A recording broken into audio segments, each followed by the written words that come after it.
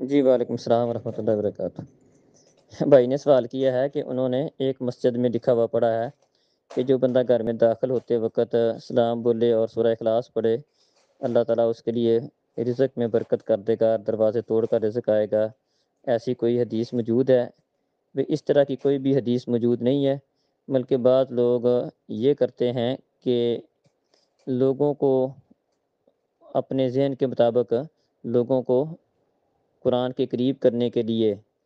قرآن کی تلاوت پر لگانے کے لیے اس طرح کی مختلف صورتوں کے متعلق اس طرح کی فضیلت بیان کر کے اللہ کے رسول صلی اللہ علیہ وسلم کی طرف نسبت کر دیتے ہیں۔ تو اگرچہ ان کا مقصد، نیت ٹھیک ہو سکتی ہے، لیکن اس میں ایک بہت بڑی خرابی یہ ہے کہ نبی مکرم صلی اللہ علیہ وسلم کے ذمہ وہ والی بات لگائی گئی ہے جو آپ نے نہیں فرمائی، اور آپ کا فرمان ہے کہ جو بندہ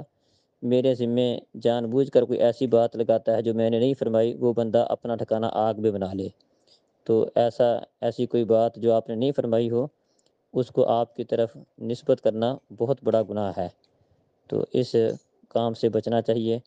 اور اس طرح کی اپنی طرف سے کوئی بات بنا کر نبی مکرم صلی اللہ علیہ وسلم کے ذمہ نہیں لگانا چاہیے، یہ بہت بڑا گناہ ہے۔